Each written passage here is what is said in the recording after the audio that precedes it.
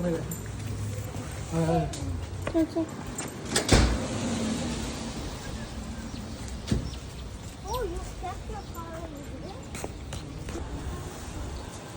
Bag গোছানো হয়ে গেছে। তো ওপেন করি।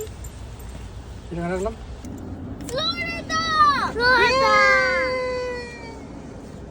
নমস্কার বন্ধুরা, আমরা আজকে ফ্লোরিডাতে যাওয়ার জন্য রেডি হয়ে গেছি। হ্যালো, সবাইকে দেখতে পাচ্ছেন, ইয়েস, বাচ্চাগুলো খুবই এক্সাইটেড। ফ্লোরিডা থেকে নিউ জার্সিতে যাওয়ার টাইম হলো প্রায় 18 ঘন্টার মতো। তো আমরা পুরো 18 ঘন্টার জার্নি করব না, সম্ভব নয়। তো বাচ্চাদের নিয়ে তো এই জন্য আমরা 5 ঘন্টা জার্নি করে করে থেমে থেমে যাব। আমরা ফ্লোরিডা পৌঁছাবো কবে? ফ্লোরিডাতে পৌঁছাবো সানডে। আজকে থার্সডে, তো আমরা থার্সডে এখন বাজে 6:45।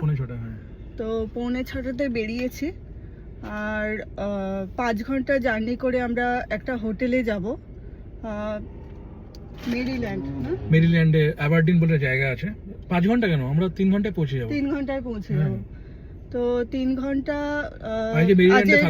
নাইটটা ওখানেই স্টে করব হোটেলে। তো কাল সকালে আমরা ওখান থেকে বেরিয়ে নর্থ ক্যারোলিনা যাব, মানে ওখান থেকে ভার্জিনিয়া হয়ে নর্থ ক্যারোলিনা যাব।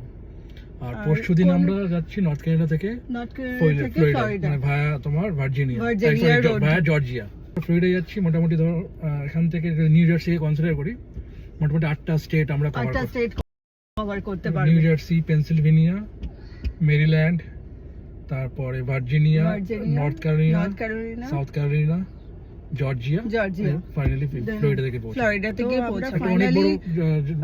পৌঁছাবো সানডেতে গিয়ে, সানডে ইভিনিং এ গিয়ে পৌঁছাবো। তো অনেক বড় প্ল্যান আছে, দেখা যাক, সব আপডেট দিতে থাকবো। আমরা এখন স্টার্ট করছি, এখন বাজে 5:45, এখন স্টার্ট করছি। কতক্ষণ দেখাচ্ছে দেখুন, বলছে 2.5 ঘন্টাতে পৌঁছাবো। ট্রাফিক যদি কনসিডার করি ধরো 3 ঘন্টাতে পৌঁছে যাবো। 3 ঘন্টার মধ্যে পৌঁছে যাবো।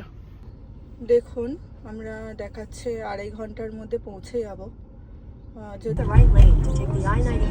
এখন আমরা I-95 সাউথ নেব।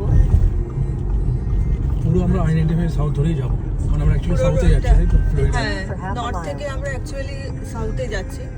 তো পুরো রাস্তাটা আমরা I-95 ফলো